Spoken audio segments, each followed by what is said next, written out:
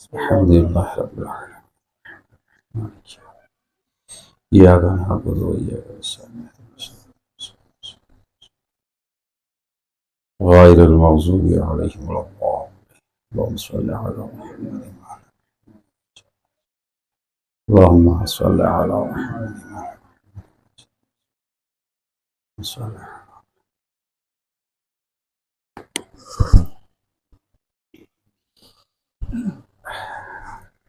أعوذ بالله السميع العليم من الشيطان اللعين الرجيم. الحمد لله الذي لم يتخذ صاحبة ولا ولدا ولم يكن له شريك في الملك ولم يكن له ولي من الذل وكبره تكبيرا. اللهم صل على محمد وآل محمد. والصلاة والسلام والتحية والإكرام على الرسول النبي الأمي وآله الطاهرين الذين أذهب الله عنهم الرجس وطهرهم تطهيرا. اللهم صل على محمد وآل محمد. ورحمة الله على محبيهم ولعنة دائمة الباقية على أعدائهم وغاصب حقوقهم ومنكر فضائلهم ومصائبهم أجمعين من أول الدهر إلى قيام يوم الدين. أما بعد فقد قال الله الحكيم في كتابه الكريم. بسم الله الرحمن الرحيم. يا أيها الذين آمنوا أطيعوا الله وأطيعوا الرسول ولا تبطلوا أعمالكم. صلوات پڑھیں محمد.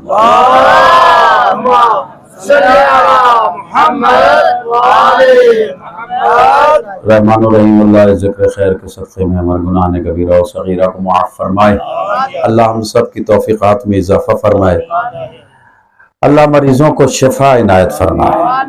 اپنی حجت کے ظہور میں اللہ تعجیل فرمائے. ان کے اعوان و انصار میں قرار دے. بآواز بلند صلوات پڑھیں. اللهم صل علی محمد وآل محمد. عزیزان گرامی قدر، رحمان و رحیم اللہ نہیں چاہتا کہ اس کا کوئی بھی بندہ گمراہی کا شکار ہو کر اس کے غیظ و غضب کا مستحق قرار پائے. لہٰذا اس نے ہر وہ راستہ انسان کے لیے روشن کیا کہ جو راستہ ہدایت کا راستہ ہو سکتا ہے اور اللہ کی نعمتوں کے حاصل کرنے کا سبب ہو سکتا ہے. لہٰذا اس نے انسان کو عقل اور فکر کا جوہر دے کے کہا، ہم نے تمہیں اس دنیا میں تمہارے والدین کے ذریعے سے بھیجا، اور ہم نے جب بھیجا تو فجعلناہ سمیعا بصیرا، ہم نے سننے والا بھی بنایا اور دیکھنے والا بھی بنایا. اور اس کے ساتھ ساتھ کہا انا ہدیناہ السبیل اما شاکرا و اما کفورا. اور دیکھو راہ ہدایت، راہ حق، راہ ثواب، راہ خیر روشن ہے. یہ تمہاری ثوابدید کے اوپر تمہارے اختیار پہ چھوڑا. چاہے ہماری معین کردہ نیک راہ کو، صراط مستقیم کو اختیار کرنے کے بعد شاکر بندے بن جاؤ، چاہے اپنی طبیعت کی پیروی کرنے کے بعد گمراہی کا راستہ اختیار کرنے کے بعد کافر بندے بن جاؤ. یہ اختیار اللہ نے انسان کو دیا ہے اور مطالبہ انہی سے کیا ہے کہ جن کو عقل دی ہے. اللہ کسی بھی ایسے بندے سے کہ جس کو اس نے عقل نہیں دی ہے اسے کسی بھی چیز کا مطالبہ نہیں کرتا. حد تو یہ ہے کہ نہ کسی ایسے انسان سے نماز کے بارے میں پوچھا جائے گا، نہ روزے کے بارے میں پوچھا جائے گا، نہ حج کے بارے میں پوچھا جائے گا، نہ کسی اور عمل کے بارے میں پوچھا جائے گا. اس لیے کہ اس کو وہ جوہر ہی نہیں عطا کیا کہ جس کی روشنی میں عمل کیا جاتا ہے. میں کہتا ہوں پروردگار تو یہ تو بتا دے کہ جو عقل نہیں رکھتا تو اس سے نماز کے بارے میں کیوں نہیں پوچھے گا، روزے کے بارے میں کیوں نہیں پوچھے گا؟ کہا میں اس لیے بے عقل سے اور دیوانے سے دین کے بارے میں نہیں پوچھوں گا کہ دین کسی عمل کا نام نہیں ہے کہ کورانہ انسان عمل کرتا چلا جائے، دین ہے عقل کی روشنی میں عمل کرنے کا نام۔ یعنی عقل اگر اجازت دے دے کہ نماز واقعاً وہی نماز ہے جو اللہ کو پسند ہے، تب اللہ اس کو قبول کرتا ہے۔ کسی نے سرکار رسالت حضرت محمد مصطفیٰ صلی اللہ علیہ وآلہ وسلم سے توجہات رکھیے گا، کسی نے حضور اکرم سے پوچھا یا رسول اللہ، عرض کرتا ہے کہ یا رسول اللہ دیکھیں فلاں آپ کا صحابی ہے، بہت زیادہ نماز پڑھتا ہے، بہت زیادہ نماز پڑھتا ہے۔ آپ نے فرمایا مجھ سے یہ نہ بتاؤ کہ کتنی نماز پڑھتا ہے، انظروا کیف عقلہ، یہ بتاؤ کہ اس کی عقل کیسی ہے۔ غور کیا آپ نے؟ اس کا مطلب یہ ہے کہ اعمال کا ڈھیر لگا لینا اسلام نہیں ہے، کیفیت عمل کا نام اسلام ہے۔ صلوات پڑھیے محمد و آل محمد۔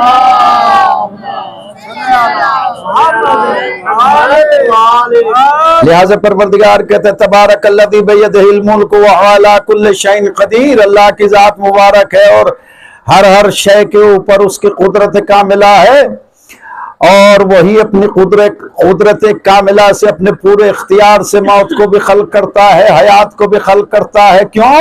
لِيَبْلُوَكُمْ أَيُّكُمْ أَحْسَنُ عَمَلًا، تاکہ اللہ یہ دیکھ لے کہ تم میں اچھا عمل کون کرتا ہے۔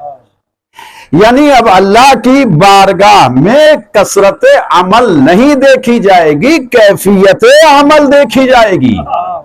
توجہ کیجئے گا، گرمی ضرور ہے لیکن الحمدللہ رب العالمین، میں بار بار کہتا ہوں کہ جن سینوں میں گرمی ولایت ہوتی ہے تو پھر باہر کی گرمی ان پہ اثر انداز نہیں ہوتی۔ یہ وہ ذکر ہے محمد و آل محمد کا کہ جو انسان کو محشر کی گرمی سے بچاتا ہے۔ صلوات پڑھیے محمد و آل محمد۔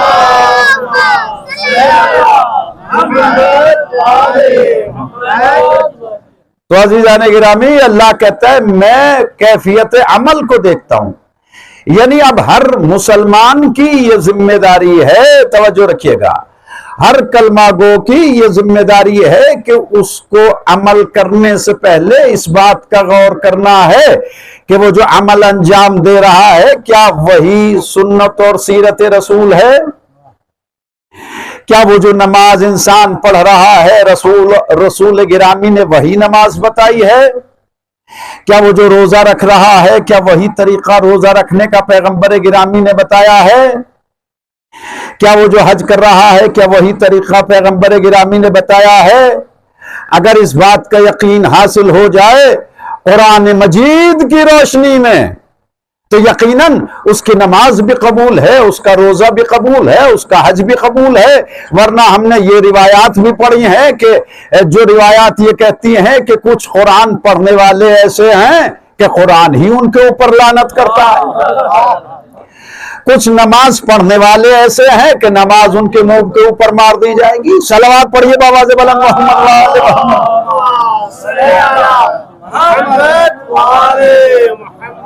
تو عزیزان گرامی، یہ کوئی فخر کی بات نہیں ہے کہ میں نے کتنے حج پیدل کیے ہیں، مثال کے طور پہ میں نے کتنے حج کیے ہیں یا میں کتنی نمازیں پڑھتا ہوں یا میں نے کتنے واجب روزے رکھے ہیں، اس کے علاوہ میں پورے ماہ شعبان اور ماہ رجب اور باقی سال میں بھی کتنے روزے۔ سوال یہ ہے کہ واقعاً کیا آپ وہی عمل انجام دے رہے ہیں جو اللہ آپ سے مطالبہ کر رہا ہے؟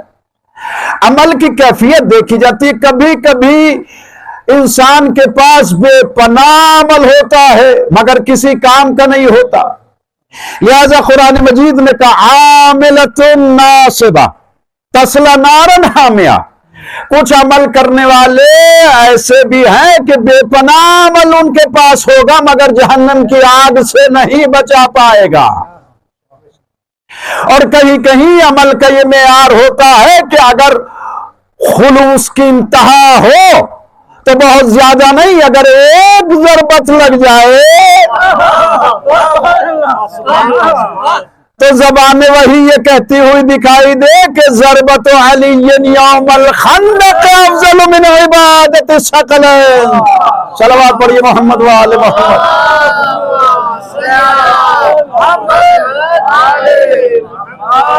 توجہات رکھیے گا جانے گرامی، کسی کے عمل کو کسی کے عمل سے تولا ناپا نہیں جا سکتا۔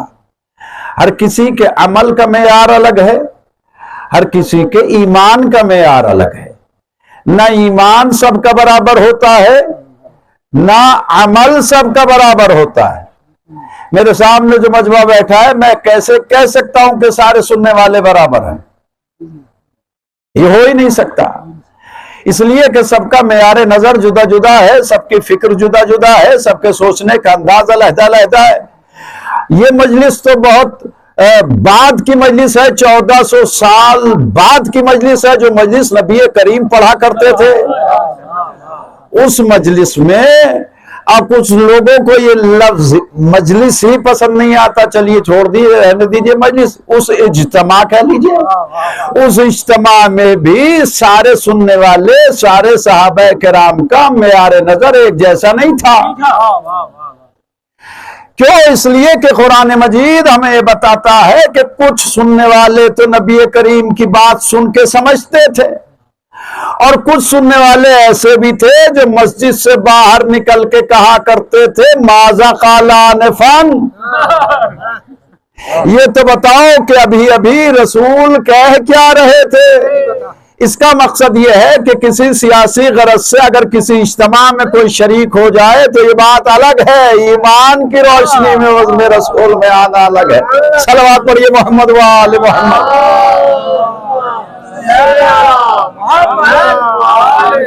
توجہ رکھیے گا، ہمارے محترم مولانا مظفر صاحب، ان کی صحت تھوڑی سی ناشاد ہے، علیل ہے، وہ ان کے لیے دعا ضرور کیجیے گا۔ توجہ رکھیے گا، مزمحل سے مجھے دکھائی دے رہے ہیں۔ توجہ رکھیے گا، ہر کسی کا ایمان علیحدہ علیحدہ ہوتا ہے، ہر کسی کے عمل کا معیار علیحدہ علیحدہ ہو سکتا ہے۔ ہم نہیں کہہ سکتے کہ سب برابر سب برابر سب برابر، اللہ نے کہیں کسی کو برابر نہیں رکھا ہے۔ فطرت عدم مساوات کی متقاضی ہے، یعنی فطرت مساوات برابری نہیں چاہتی فطرت برابری۔ اگر فطرت برابری چاہتی تو یا تو سارے فقیر ہوتے یا سارے امیر ہوتے۔ فطرت اگر برابری چاہتی تو یا تو سارے جاہل ہوتے یا سارے عالم ہوتے۔ صلوات پڑھو محمد وآل محمد۔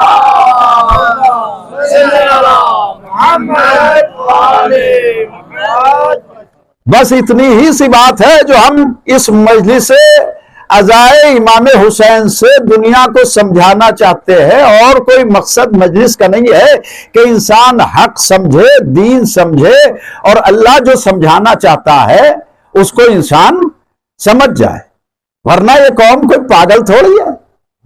جیسا کہ آپ حضرات کو ٹائٹل دیے جاتے ہیں، خطابات الحمدللہ شیعوں کو بہت ملتے ہیں، انہیں کفر و شرک کے تو بہت پرانے ہو گئے۔ اب جب آدمی کہیں کسی منزل پہ نہیں تھکتا تو نئی نئی باتیں تو ایجاد کرتا ہے نا۔ غور کرنا ہے آپ، میرے سامنے بڑا اہم مجمع ہے اور الحمدللہ رب العالمین ذوق مجلس رکھنے والا ہے، جہاں آدمی کو کچھ کہنے کے بعد تسلی نہ ہو کہ بات بنی نہیں، پھر اس کے بعد آدمی بات بڑھاتا ہے۔ جب کسی کو کافر کہہ دیا تو بس کہہ دیا، بات ختم ہو گئی تھی، اب مشرک کہنے کی کیا ضرورت ہے؟ اس کا مطلب یہ ہے کہ اطمینان حاصل نہیں ہو رہا ہے۔ اس کے بعد پاگل کہنے کی کیا ضرورت ہے؟ اور طرح طرح کی مجھے وہی سنت اور سیرت دکھائی دیتی ہے کہ نبی کو کبھی لوگ شاعر کہتے تھے مگر تسلی نہیں ہوتی تھی، پھر جادوگر کہتے تھے۔ صلوات پڑھو محمد وآل محمد۔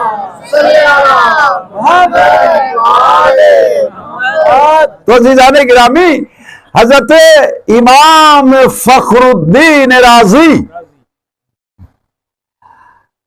مفسر تفسیر کبیر، بہت بڑا نام ہے تاریخ اسلام کا، وہ کہتے ہیں کہ لوگوں کو سمجھنا چاہیے یہ جو نبی کریم نے ارشاد فرمایا ہے خندق کے میدان میں، ضربت علی یوم الخندق افضل من عبادت الثقلین، دونوں جہان کی عبادتوں سے افضل ہے۔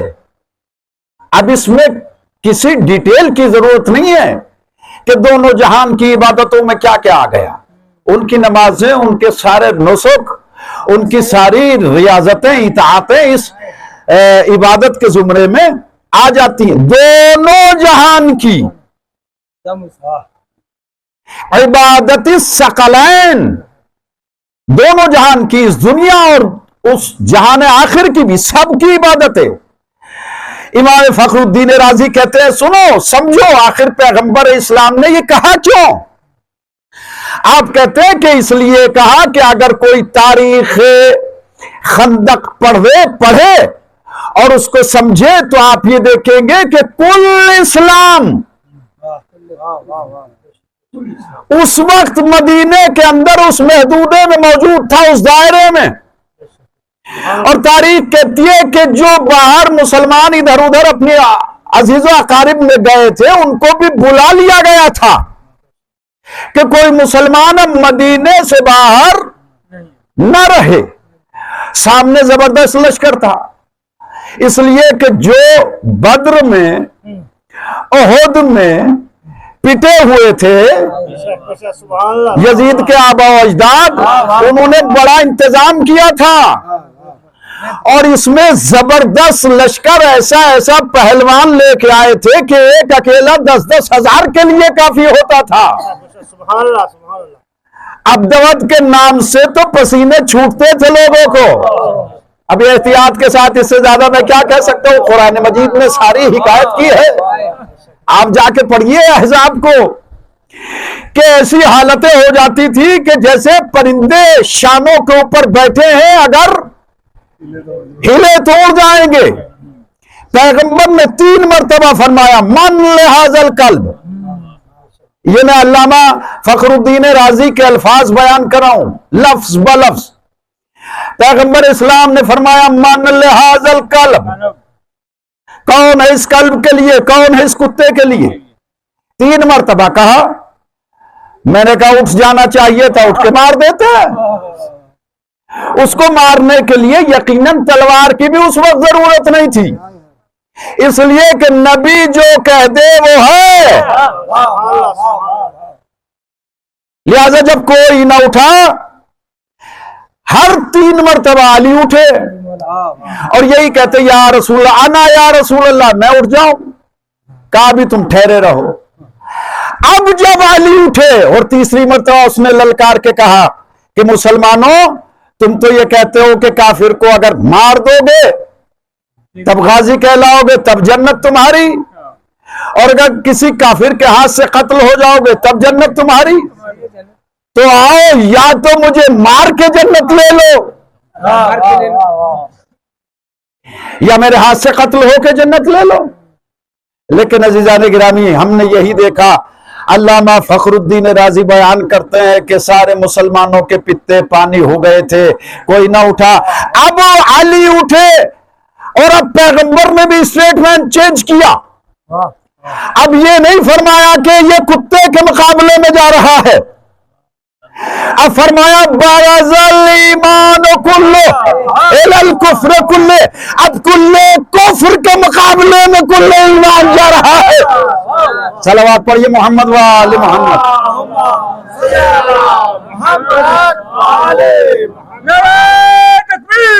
اللہ اکبر، یا رسول اللہ، یا علی مدد۔ وہ کہتے ہیں کہ اب پیغمبر نے فرمایا برد الایمان، اب کل کا کل ایمان جا رہا ہے کل کے کل کفر کے مقابلے میں۔ کہتے ہیں کہ اگر آج یہ کل کفر نہ مارا جاتا تو اسلام بھی ختم ہو جاتا، مسلمان بھی ختم ہو جاتے۔ لہذا آج علی کی ضربت نے قیامت تک کے ہر مسلمان کو بھی بچایا ہے اور اس کی عبادت کو بھی بچایا ہے۔ لہذا پیغمبر نے فرمایا علی کی ضربت عبادت ثقلین سے بھاری ہے. یہ علی کی ضربت کی بات ہے، علی کے سجدے کی بات نہیں ہو رہی ہے. صلوات پڑھ لیجئے محمد وآل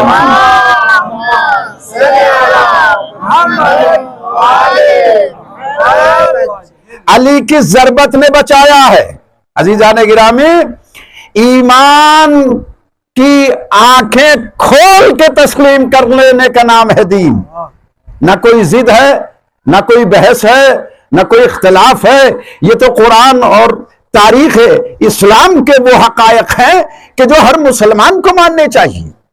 اگر میں اس بات کو مان لوں کہ ہاں واقعا علی کا یہ احسان ہے آج مسلمانوں کی گردن پر، جو آج ہم نماز بھی پڑھ رہے ہیں، جو آج بھائی جب رہتے ہی نہ بچتے ہی نہیں تو پھر کیا ہوتا؟ کچھ بھی نہ ہوتا. لہذا جنہوں نے اس بات کو سمجھا انہوں نے کہہ بھی دیا. کیا کہا؟ کہ اسلام کے دامن میں بس اس کے سوا کیا ہے؟ اسلام کے دامن میں بس اس کے سوا کیا ہے؟ ایک سجدہ شبیری، ایک ضرب ید اللہ. باپ کی ضرب نے اور بیٹے کے سجدے نے اسلام کو بچایا ہے. صلوات محمد وآل محمد.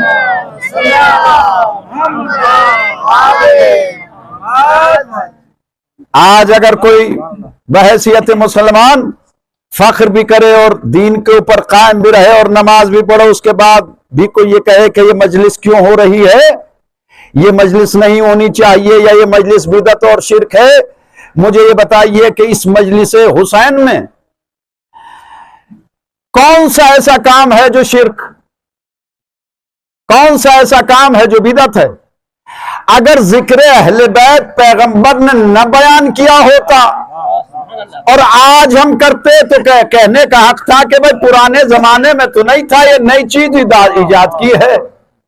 سمپل تعریف بدعت کی یہی ہے کہ جو نبی کے زمانے میں نہ ہو اور بعد میں ہو جائے، ہے نا؟ یہی ہے نا؟ اور سر ہلاؤ بھائی، یہی ہے نا؟ گھبرا جاتے ہیں بھائی سے. میں اس میں نہیں گھس رہا ہوں، آپ بالکل بے فکر رہیے، اس لیے کہ میرے سامنے موضوع مجلس ہے. لیکن میری بات جہاں بھی جو بھی میرا بھائی سنی شیعہ بیٹھا ہو اور سن رہا ہو، دل کھول کے سینہ چوڑا کر کے میری بات کو سنیں کہ مجلس امام حسین میں کوئی ایسا کام نہیں ہوتا جسے آپ شرک کہہ سکیں یا بدعت کہہ سکیں. کیا مجلس امام حسین میں یہ سبق پڑھایا جاتا ہے کہ اللہ کوئی نہیں ہے؟ کیا مجلس امام حسین میں یہ بتایا جاتا ہے کہ اللہ کی عبادت کے ساتھ ساتھ اہل بیت کی بھی عبادت کرو؟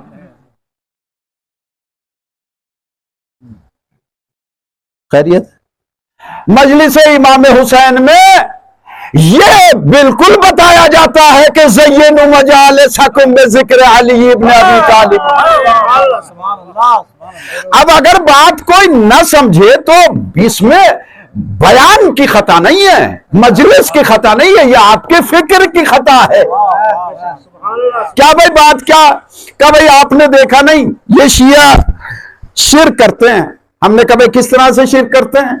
کیا تم نے دیکھا نہیں کہ یہ اپنی مجلس میں حدیث رسول بیان کرتے ہیں زینوا مجالسکم بذکر علی ابن ابی طالب لأنہ ذکرہ ذکری و ذکری ذکر اللہ و ذکر اللہ عبادہ. قیامت کرتے ہیں، علی کے ذکر کو بھی عبادت بتاتے ہیں، علی کے چہرے کو دیکھنا بھی عبادت بتاتے ہیں، علی کی محبت بھی عبادت بتاتے ہیں. ارے ہم نہیں بتاتے، صحابہ کرام کی سنت پہ عمل کرتے ہیں. پتہ نہیں آپ کہاں سے کس سے آپ نے دین لیا ہے، ورنہ صحابہ کرام کی تو یہ سنت رہی ہے کہ صحابہ کرام نے ذکر علی کر کر کے. اب ایک چیز ذرا سی ایک چھوٹی سی روایت ہے جو میرے سامنے آتی ہے. حضرت ابو بکر پہلے خلیفہ ہیں پیغمبر کے بعد، آتے ہیں، نبی کریم کی طبیعت کچھ علیل تھی، عیادت کے لیے آئے، مزاج پرسی کے لیے. بی بی عائشہ بھی تشریف فرما تھی، سلام و کلام کیا اور ضیافت کے جو کچھ بھی تھے تکلفات ہوئے۔ اس کے بعد حضرت ابو بکر مسلسل علی کے چہرے کو دیکھ رہے ہیں۔ بی بی عائشہ نے کہا والد گرامی آپ آئے تو ہیں رسول اللہ کی عیادت کے لیے اور دیکھ رہے ہیں چہرہ مسلسل علی کا۔ آپ کہنے لگے بیٹی کیا تمہیں اس بات کا علم نہیں ہے کہ علی کے چہرے کو دیکھنا عبادت ہے؟ توجہ کیجئے گا عزیزان گرامی، سنی شیعہ سب کتابوں میں بڑی بڑی کتابوں کے حوالے ہیں، مگر آج زمانہ یہ ہو گیا کہ جو مزاج کو پسند ہے بس وہی ماننا ہے، چاہے تاریخ کی کتاب کوئی پیش کر دو آپ، چاہے قرآن پیش کر دو۔ آج کل کچھ ضد ایسی بیٹھ گئی ہے بعض لوگوں کے ذہن میں کہ چاہے تاریخ آپ پیش کر دیجئے، چاہے قرآن مجید پیش کر دیجئے، نہیں ماننا تو نہیں ماننا۔ صواعق محرقہ یہ بہت بڑی کتاب ہے اور یہ کوئی شیعوں کی موافقت میں نہیں لکھی گئی ہے، مخالفت میں لکھی گئی ہے، اس کے حوالے سے پڑھ رہا ہوں۔ حضرت ابو بکر نے کہا بیٹی کیا تمہیں یہ معلوم نہیں ہے کہ حضرت نے نبی کریم نے فرمایا ہے کہ علی کے چہرے کو دیکھنا عبادت ہے؟ ارے بیٹی میں عبادت کر رہا ہوں۔ مسکرا کے بی بی نے کہا والد گرامی یہ نہ سمجھیے کہ مجھے معلوم نہیں ہے، مجھے معلوم ہے، مگر میں نے ذکر اس لیے کیا کہ علی کا ذکر ہو جائے، اس لیے کہ پیغمبر فرماتے ہیں کہ علی کا ذکر بھی تو عبادت ہے۔ بستر پہ لیٹے لیٹے نبی کریم سیدھے ہو کے بیٹھے اور فرمانے لگے جب تم نے یہ سمجھ لیا کہ علی کا چہرہ دیکھنا بھی عبادت، علی کا ذکر کرنا بھی عبادت، تو یہ بھی جان لو حب علی ابن ابی طالب۔ صلوات پڑھیے محمد وآل محمد۔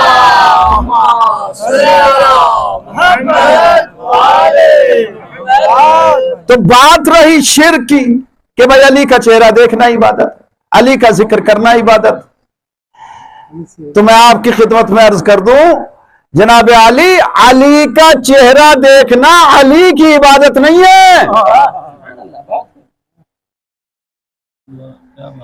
علی کا چہرہ دیکھنا علی کی عبادت نہیں، ذکر علی علی کی عبادت نہیں، اللہ کی عبادت ہے۔ اب میں کیا کروں، کوئی بندہ بندگی کی اس منزل پہ فائز ہو کہ ذکر تو اس کا ہو اور عبادت اللہ کی ہو جائے۔ صلوات پڑھیے محمد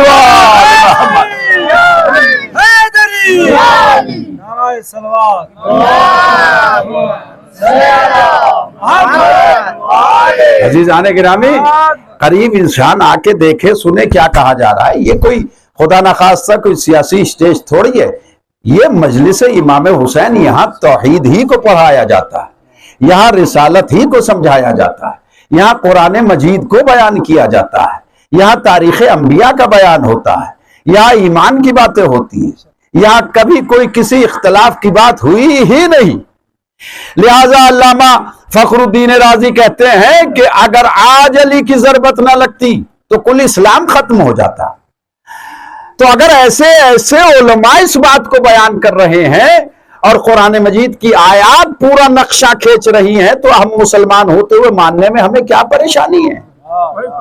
ہمیں تو ماننا ہی ہے نا۔ تو اگر کسی نے احسان کیا ہے اور اس احسان کو کوئی یاد رکھ لے تو یہی تو شرافت نفس ہے، اور انسان احسان فراموش ہو جائے تو یہ غلطی ہے۔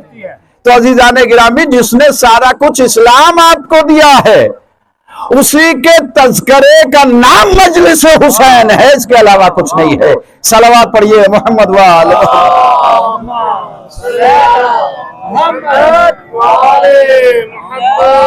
ورنہ اللہ کی ذات تو بے نیاز ہے، اسے نہ کسی کے ذکر کی ضرورت ہے، نہ کوئی اس کا کلمہ پڑھے اسے یہ ضرورت ہے۔ صمد کے معنی ہی یہ ہے، قل هو اللہ احد، اللہ کی ذات بے نیاز ہے، صمد ہے۔ کیا ہم جو لا الہ الا اللہ پڑھتے ہیں ہمارے لا الہ الا اللہ پڑھنے سے وہ اللہ ہو جاتا ہے؟ بالکل ایسا نہیں ہے۔ ساری دنیا لا الہ الا اللہ کہے تب بھی وہ اللہ ہے، نہ کہے تب بھی وہ اللہ ہے. وہ اس وقت بھی اللہ تھا جب کوئی لا الہ الا اللہ کہنے والا نہیں تھا. توجہ کیجئے گا مگر فرق محسوس کیجئے گا.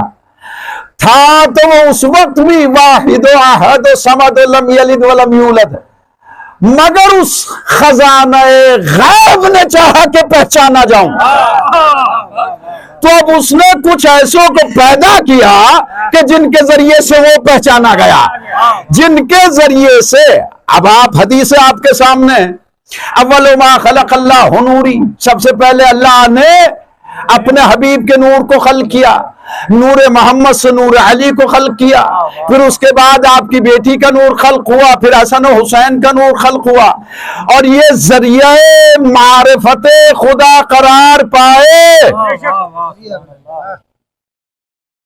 اہل بیت اللہ کی معرفت کا ذریعہ قرار پائے. ورنہ فرشتوں نے کس سے سجدہ سیکھا، کس سے رکوع سجود کہاں، کون انہیں پڑھا رہا تھا؟ یہ تو میرے مولا نے بتایا کہ سنو، فسجدنا، ہم نے سجدہ کیا، فسجدت الملائکہ، ہمارے سجدے کو دیکھ کے فرشتوں نے سجدہ کیا. فعللنا، ہم نے تحلیل کی تو ہمارے لا الہ الا اللہ کو سن کر فرشتوں نے تحلیل کی. فسبحنا، ہم نے اللہ کی تسبیح کی، فسبحت الملائکہ، تو فرشتوں نے تسبیح کی. عزیزان گرامی، اس کے ذریعے سے، ان ہستیوں کے ذریعے سے اللہ پہچانا گیا. اور اگر آج ہم مجلس کر رہے ہیں، ان کا ذکر کر رہے ہیں، تو اللہ سے کہنا چاہ رہے پروردگار انہی کے ذریعے سے اپنی پہچان چاہتے ہیں جن کے ذریعے سے تیری پہچان ہو. اور اگر آج مسلمان اس دنیا میں کہیں ذلیل ہو رہا ہے تو اس کی بھی یہ وجہ ہے، اس لیے کہ مسلمانوں نے ان کا دامن چھوڑ دیا جو اللہ کی معرفت کرانے آئے تھے. صلوات پڑھیے محمد و آل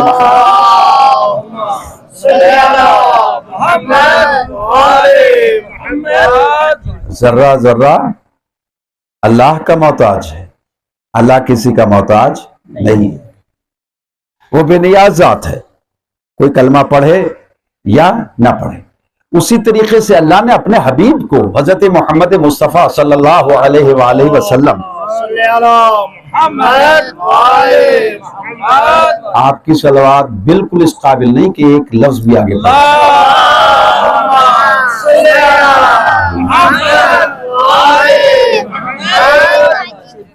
میں کسی کا ٹائم تھوڑے لے رہا ہوں، میں تو اپنے ہی ٹائم پہ پڑھ رہا ہوں، ہے نا؟ تو اس بات کا خیال رکھا کریں، میں اپنے ٹائم میں پڑھ رہا ہوں. بھائی آپ کتنی دیر سے مجلس کر رہے ہیں، مجھے اس بات کا علم نہیں ہے. مولا سلامت رکھے. یہ تھوڑا سا میں اپنے چھوٹے بھائیوں کو بیدار کرنے کے لیے کہہ رہا ہوں، ورنہ میرا ہر سننے والا متوجہ ہے. مالک یہ ذوق و شوق اور یہ جذبہ سلامت رکھے.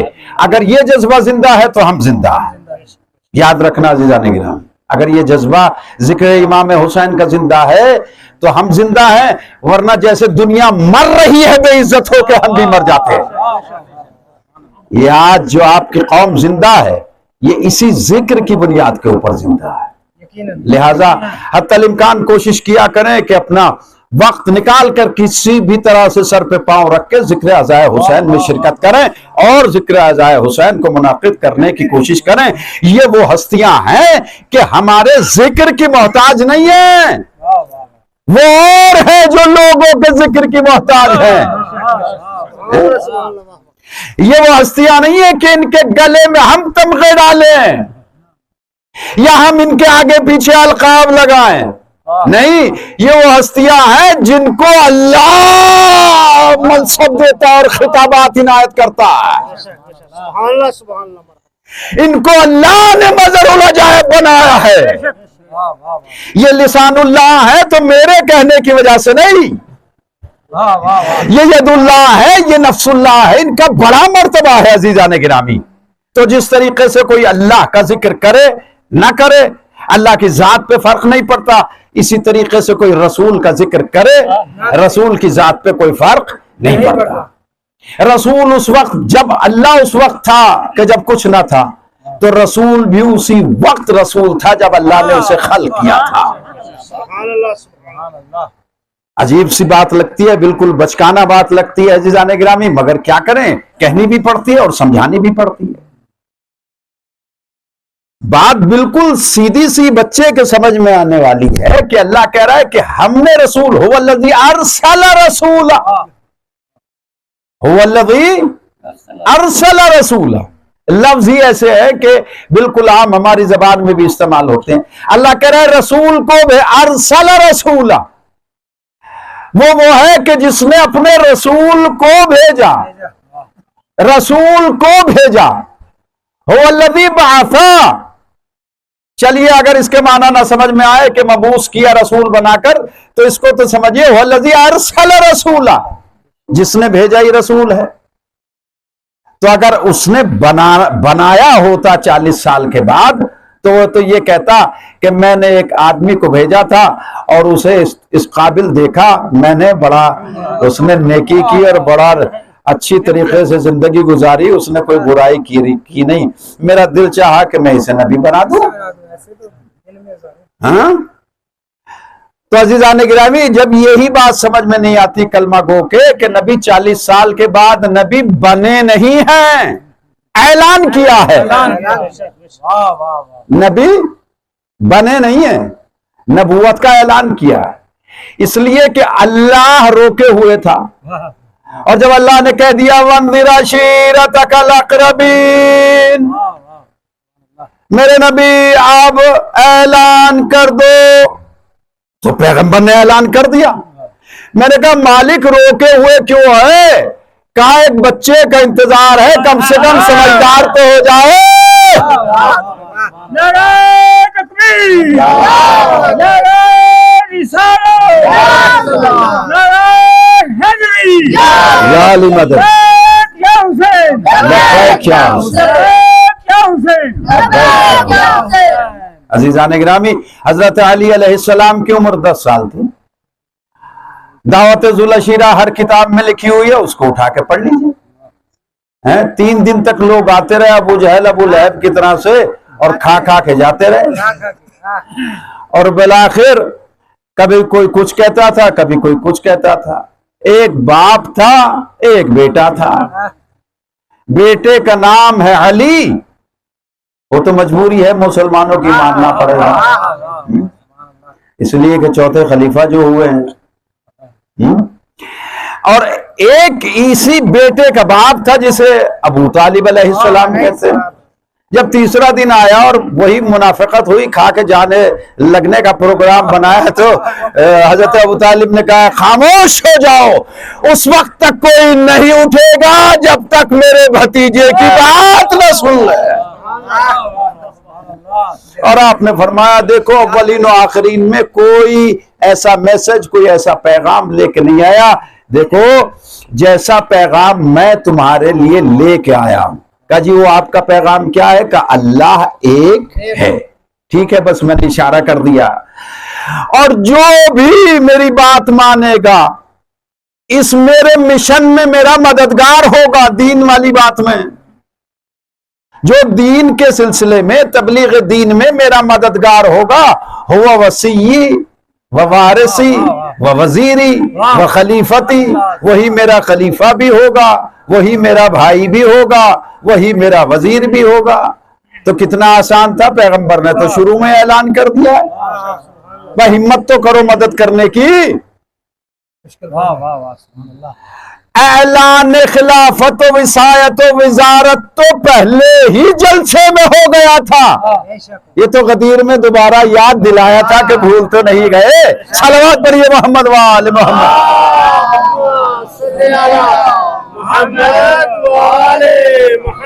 تو عزیزان گرامی، وہ پہلے دن ہی نبی تھا، اور اس نے اعلان کیا 40 سال کی عمر میں، جب اللہ نے حکم دے دیا کہ آپ اعلان کر دیجئے، اب کوئی خطرہ نہیں ہے، اور جو خطرہ ہے تو پھر خطرے کو فیس کرنے والے موجود ہیں۔ اعلان اور بات ہے، کسی چیز کا موجود ہونا اور بات ہے۔ کہا نہیں بھائی اعلان جب کیا جبھی سے مانیں گے، اعلان جب کر دیا تبھی سے مانیں گے۔ میں کہا چلو اچھا اتنی ہی ضد اگر اس بات کی ہے کہ اعلان ہی کو مانیں گے تو اب اپنی بات پہ قائم رہنا۔ اب اگر ماننا ہے تو ہر اعلان کو ماننا۔ اگر آپ نبوت کو اعلان سے مانتے ہیں تو نبوت کے بعد بھی ہر اعلان کو مانتے چلے جانا۔ جب نبوت کے اعلان کو آپ نے مانا کہ اعلان ہی کو مانیں گے تو ولایت کے اعلان کو کیوں نہیں مانا جاتا؟ صلوات پڑھیے محمد وآل محمد۔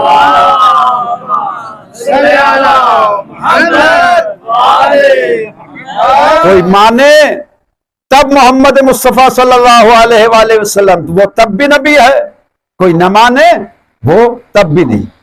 ہمارا کلمہ پڑھنا اس کو نبی نہیں بناتا۔ جس طریقے سے اللہ کا کلمہ پڑھنا اللہ کو اللہ نہیں بناتا، اسی طریقے سے نبی کا کلمہ پڑھنا نبی کو نبی نہیں بناتا۔ وہ نبی تھے، نبی ہیں، نبی رہیں گے، ہیں نبی۔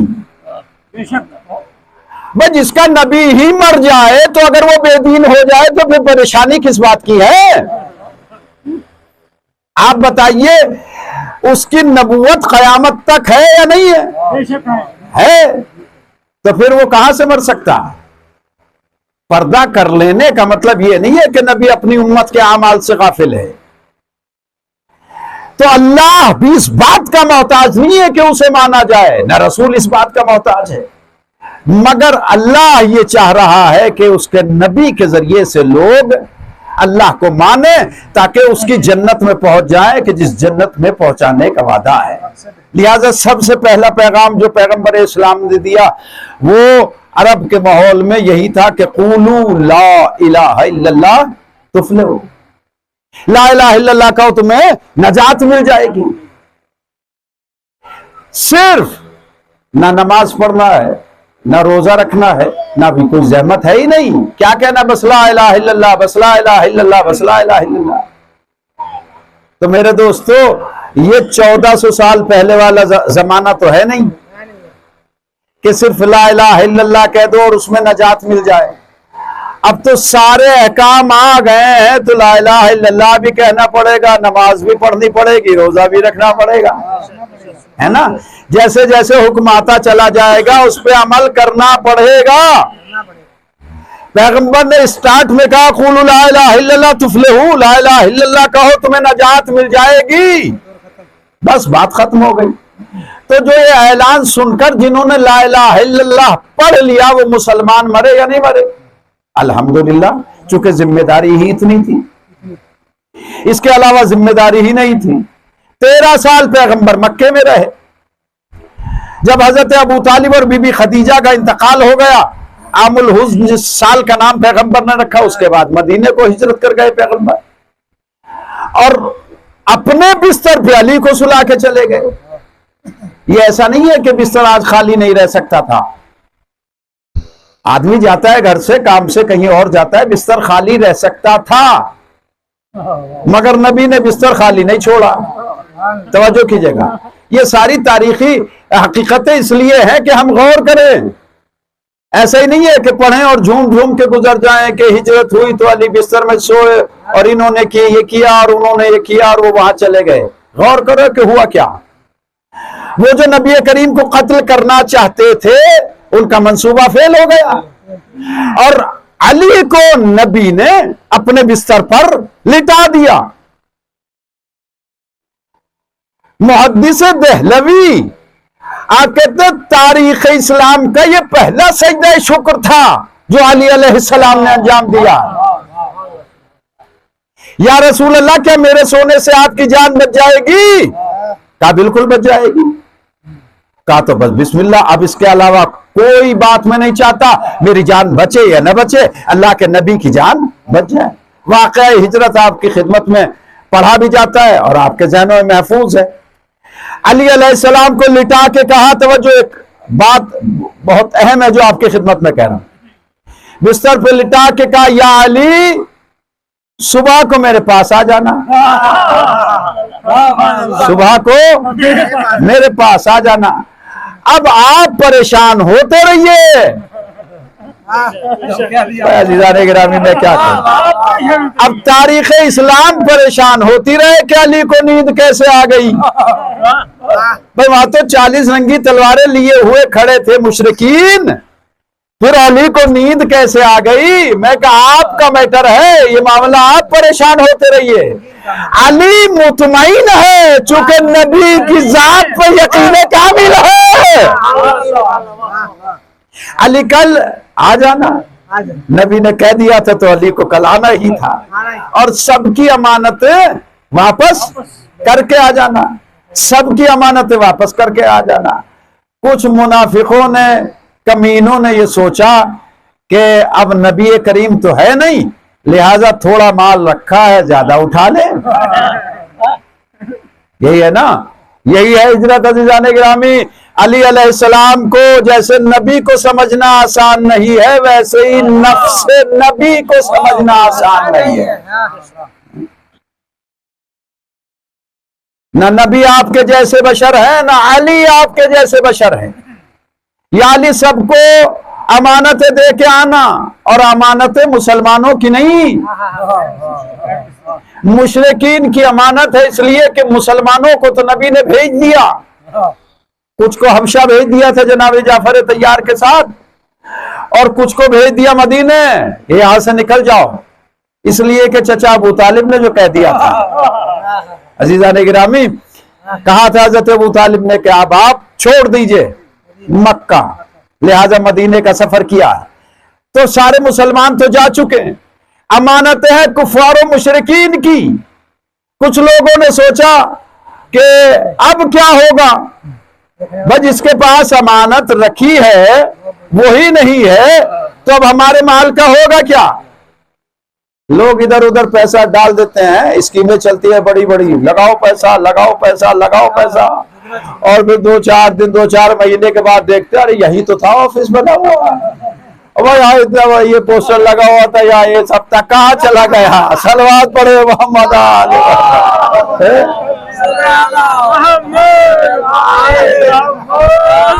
تو آپ سوچے ذرا، دل پہ اپنے ہاتھ رکھیں، بھائی ہمارے جیسا انسانی دل تھا ان کے سینے پہ بھی. انہوں نے سوچا لٹ گئے، سارا مال لٹ گیا، چلے گئے محمد یہاں سے، جو صادق و امین تھے چلے گئے.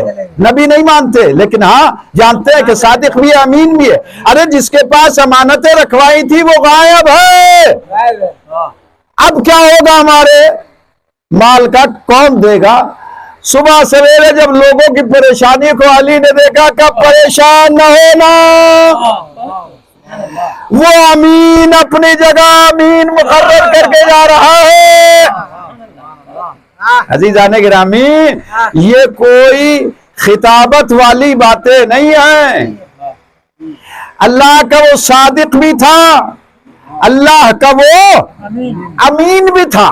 اگر آپ اس ایک لفظ کو اور غور سے سن لیجئے اور محسوس کر لیجئے، محفوظ کر لیجئے تقریر میری آخری مرحلے میں، کہ وہ صادق ہے. ابھی لوگوں نے نبی نہیں مانا، مگر صادق بھی مانا ہے اور امین بھی مانا ہے. صادق کہتے ہیں جو زبان سے بالکل سچ بولے، اسی کو تو کہتے ہیں ظاہراً صادق، یعنی جس کا جو اپنے قول میں امانت دار ہو. میں نے غور نہیں کیا آپ نے، دیکھیے میں کیا بات کہہ رہا ہوں، دیکھیے محسوس کیجئے، زبان کا لفظ ہے، جو اپنے قول میں امانت دار ہو، جو اپنے قول میں امانت دار ہو وہ امین ہے، اور جو اپنے عمل میں صداقت شعار ہو وہ صادق ہے. وہ صادق بھی ہے، وہ امین بھی ہے. یعنی جو اب زبان سے کہے گا وہ سچ کہے گا. کبھی دیکھا ہی نہیں دنیا نے، انہوں نے تو کبھی جھوٹ بولا ہی نہیں، کبھی جھوٹ بولا ہی نہیں. اللہ نے دلوں میں اتنا سچائی کا اثر ڈال دیا تاکہ لوگ اپنی اولاد کو تو اس میں تو شک کر لیں، لیکن زبان رسالت میں شک نہ کریں کہ حضور آپ کی بات میں شک نہیں ہے، آپ بالکل سچ کہتے ہیں. جب سچ کا یہ معیار ہو تب اللہ نے کہا کہ اب ان سے کہو کہ اللہ ایک ہے،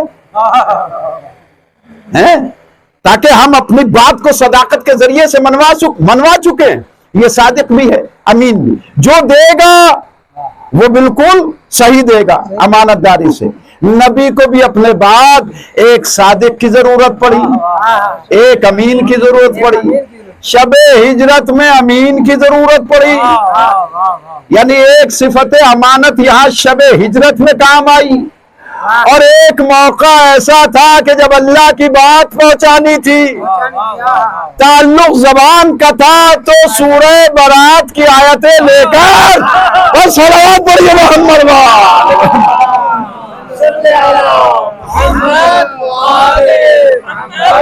توجہ، بس ختم کر رہا ہوں تقریر۔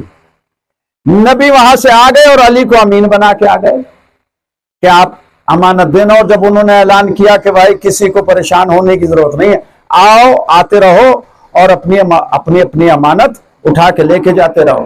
امانتوں کا ڈھیر لگا ہوا ہے، کسی نے زیادہ اٹھا لیا، ایک تھا اس نے کہا چالاکی ہے، یا درہم و دینار پڑے ہوئے زیادہ لے لو، فری میں کون ٹوکنے والا ہے؟ وہ علی کو اپنے ہی جیسا سمجھ رہا تھا، وہ علی کو اپنے جیسا سمجھ رہا تھا کہ جیسا میں دیکھتا ہوں ایسا ہی علی دیکھتے ہیں۔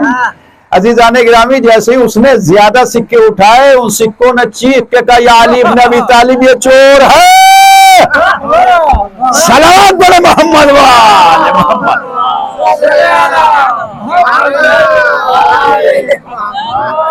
آپ نے غور کیا کہ سب کچھ ہماری اور آپ کی نگاہوں سے چھپ سکتا ہے، مگر جو اللہ کی آنکھ ہو اس سے نہیں چھپ سکتا۔ چلے گئے، سب کو امانتیں دے دی۔ اب سوال یہ ہے کہ یہ امانتیں کس کی تھی؟ کفار و مشرکین کی۔ کوئی مسلمانوں کی امانتیں تھوڑی تھی، کفار و مشرکین کی امانتیں تھی۔ تو اب مجھے بتائیے کہ آپ جو تاریخ اسلام نتیجہ نکالتی ہے، ایک فقہ سے محفوظ رکھنا نتیجے کا فقرہ کہہ رہا ہوں، تاریخ اسلام جو فیصلہ کرتی ہے، نتیجہ نکالتی ہے کہ نبی اپنے بعد کسی کو مقرر نہیں کر کے گئے تھے، تو مجھے انصاف سے بتائیے قرآن مجید کو سر پہ رکھنے کے بعد کہ جو نبی کفار و مشرکین کی امانتوں کو، جو نبی کفار و مشرکین کی امانتوں کو بغیر امین کے چھوڑ کے نہ جائے، جو شہر چھوڑ کے نہ جائے بغیر امین کے، وہ دنیا چھوڑ کے کیسے جا سکتا ہے بغیر ذمہ دار رسالت؟ فاعتبروا یا اولی الابصار، انسان کو حق کے لیے آنکھیں کھولنی چاہیے۔ اور علی آ گئے۔ عزیزان گرامی، دین اسلام چلتا رہا، پھلتا پھولتا رہا، پیغمبر کے اوپر جیسے جیسے کوئی حکم آتا رہا، نبی کریم اس کو بیان فرماتے رہے۔ نماز کا حکم آ گیا تو اب کہا نماز پڑھو، آخری بات ہے، ٹھیک ہے نا؟ تو پہلے تو صرف لا الہ الا اللہ، اب آ گیا نماز، تو اب لا الہ الا اللہ کے ساتھ نماز جڑی یا نہیں جڑی؟ جڑ گئی نا؟ تو اگر لا الہ الا اللہ پڑھنے والا نماز نہ پڑھے، اب میں تو نہیں کہہ سکتا کہ گیا، مگر آدھا ہے، ابھی آدھا مسلمان ہے نا؟ آدھا مسلمان ہے۔ پورا جب ہوگا، جب یہ دونوں چیز ہو جائیں گی۔ اب اس میں جوڑتے چلے جائیے، نماز کے بعد روزہ آ گیا، اب روزہ بھی پڑھنا ضروری، روزہ بھی رکھنا ضروری۔ اب حج آ گیا تو حج کو بھی بجا لانا ضروری۔ اب زکوٰۃ کا حکم آ گیا تو زکوٰۃ دینا بھی ضروری ہے نا؟ جہاد کا حکم آ گیا تو جہاد کرنا بھی ضروری۔ اور جو جہاد سے پہلے پہلے مر گئے وہ اچھے مر گئے، وہ تو چلے گئے نا جنت میں۔ انہیں تو نہ کوئی تلوار اٹھانی پڑی، نہ زحمت برداشت کرنی پڑی، نہ پہاڑوں پہ دوڑنا پڑا، کسی کو کوئی پریشانی نہیں ہوئی۔ بھائی جہاد ہوگا، تلوار چلے گی، تبھی تو کوئی کسی کی جان لے گا یا جان بچائے گا، دو ہی باتیں۔ تو جو اس معاملے سے پہلے پہلے مر گئے، اچھے مر گئے بیچارے، کوئی زحمت۔ لیکن اگر وہاں تک جیے ہو کہ جہاں تک حکم آ رہا ہے، تو آپ کو ہر حکم کے اوپر عمل کرنا پڑے گا۔ 6 ہجری آ گئی، صلح حدیبیہ ہو گئی، تو اب نبی کی صلح پہ یقین رکھنا ہے یا نہیں، یا شک کرنا ہے کہ آج مجھے سب سے بڑا شک ہوا؟ اب اور آگے بڑھ جائیے، فتح مکہ ہو گئی، اب سب مسلمان ہو گئے، سبحان اللہ۔ ابو سفیان بھی مسلمان ہو گئے فتح مکہ میں، اور پیغمبر اسلام نے کہا نہیں، ایسے نہیں چھوڑیں گے, تمہیں ایک ایسا میڈل تو دے دیں تاکہ پہچان رہے, ایسا میڈل تو دے دیں تاکہ قیامت تک پہچان رہے, شناخت ہوتی رہے کہ معاف کرنے والا کون ہے اور جسے معاف کیا جا رہا ہے وہ کون ہے. اذهبوا انتم الطلقاء, پھر انشاءاللہ کسی وقت تفصیل کے ساتھ پڑھوں گا. پیغمبر نے کہا جاؤ مگر یہ یاد رکھنا تم ہمارے آزاد کردہ غلام ہو, تم ہمارے آزاد کردہ غلام ہو, ہم نے تمہیں آزاد کیا ہے. اب آخری حج آ گیا. دیکھیے پہلی ہجری سے چلے تھے, مکے سے چلے مدینے تک آ گئے اور 7-8 ہجری تک ہم آ گئے.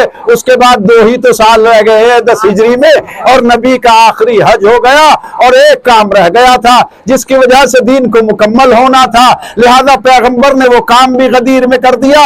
من کنت مولا ہو فہذا علی مولا, جس کو میں مولا ہوں اس کا علی مولا ہے. تو میرے دوستو اگر غدیر سے اور ولایت علی سے اتنی ہی پریشانی ہے تو غدیر سے پہلے مر جاتے. یا علی مدد, صلوات پڑھیے محمد.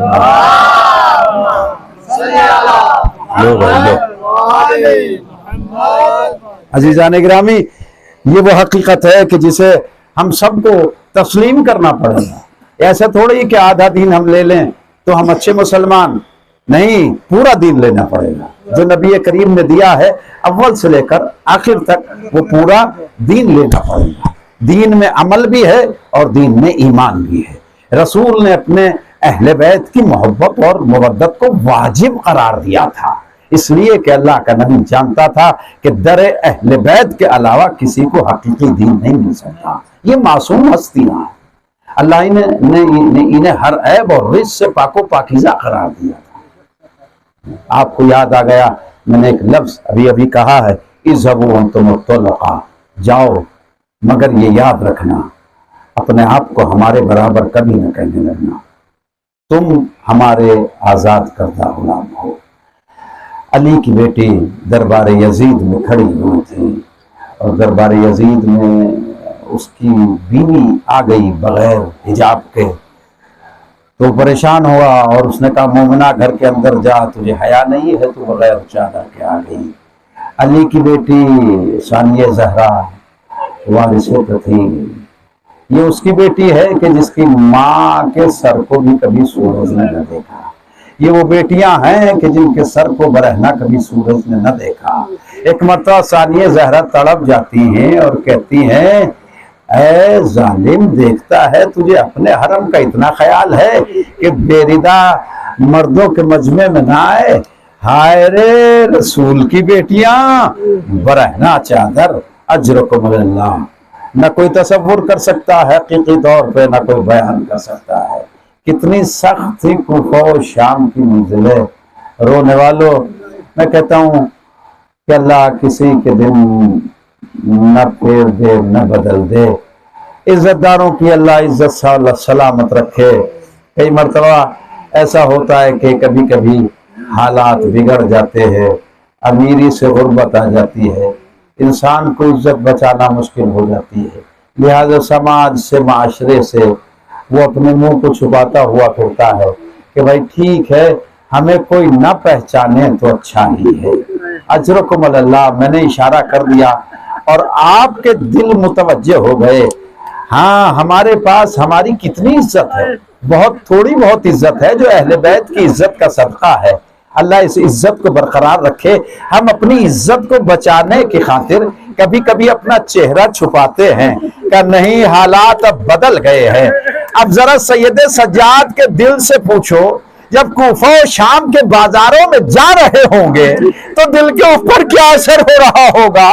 یہی تو سوچتے ہوں گے نانا رسول اللہ, لوگوں نے ہماری عظمت کو نہ جانا, لوگوں نے ہماری عزت کو نہ پہچانا. ارے کسی کہنے والے نے کیا خوب کہا ہے, ارے مصرے تو 2 ہی ہیں مگر ایسا لگتا ہے جانے کتنے مرثیے اس کے اندر کہہ دیے. ارے مولا سید سجاد کے دل کے درد کو بیان کرتا ہے اور کہتا ہے یا رب کوئی مل جائے نہ پہچاننے والا. بازار میں سجاد دعا مانگ رہے تھے, اجرکم اللہ, اجرکم الزہرا. اللہ کوئی غم نہ دے سوائے غم آل محمد کے. میں پڑھ چکا اور ایک ذرا سا اور اشارہ آپ کی خدمت میں کر رہا ہوں.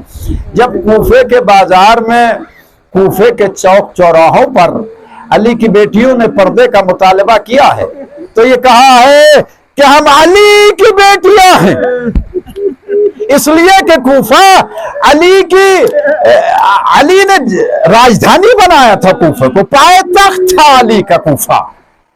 علی کے نام سے لوگ کم سے کم پہچانے، لہذا بطول زادیوں نے یہ اعلان کیا ہم علی کی بیٹیاں ہیں، لاؤ تمہارے گھر میں اگر چادریں ہو تو لے کے آؤ. لیکن جب شام میں پہنچے ہیں تو شام جانتے ہیں کون سا شام تھا؟ یہ وہی شام تھا کہ جس میں علی کو مسلسل برا بھلا اور گالیاں دی جاتی رہی ہے. وہاں کے چوک چوراہوں پہ علی کی بیٹیوں نے جو کہا ہے بتاؤں آپ کو کیا کہا ہے؟ وہاں بابا علی کا نام نہیں لیا، وہاں پکار پکار کے کہا ہم رسول کی بیٹیاں ہیں، لاؤ اگر کچھ تمہارے ہاں چادریں ہو تو ہمیں لا کے دو. اللہ اکبر. بس 2 جملے اور مجلس ختم ہوتی ہے. آپ نے گریہ کر لیا. ایک کوئی بزرگ تھا، بہت سارے ایسے لوگ تھے کہ جن کو یہ پتہ بھی نہ چل سکا کہ کربلا میں کس کا گھر اجڑ گیا، اس لیے کہ اعلان مسلسل یہی کیا جا رہا تھا کہ ایک باغی نے خروج کیا ہے حاکم وقت خلیفہ وقت کے خلاف، تو لوگوں کو سچائی کا علم نہ ہو سکا. رونے والوں، مسجد سے ایک بزرگ نکلتا ہے، ایک شیخ نکلتا ہے، اور وہ چلتے چلتے بیمار کربلا کے پاس آ گیا. سنو گے؟ آسان نہیں ہے، نہ پڑھنا آسان ہے نہ سننا آسان ہے.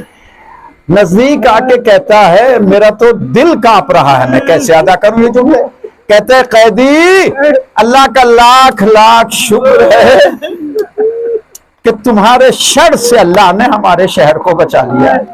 آئے حسین، میں تیری اس مظلومی کو کیسے بیان کر سکتا.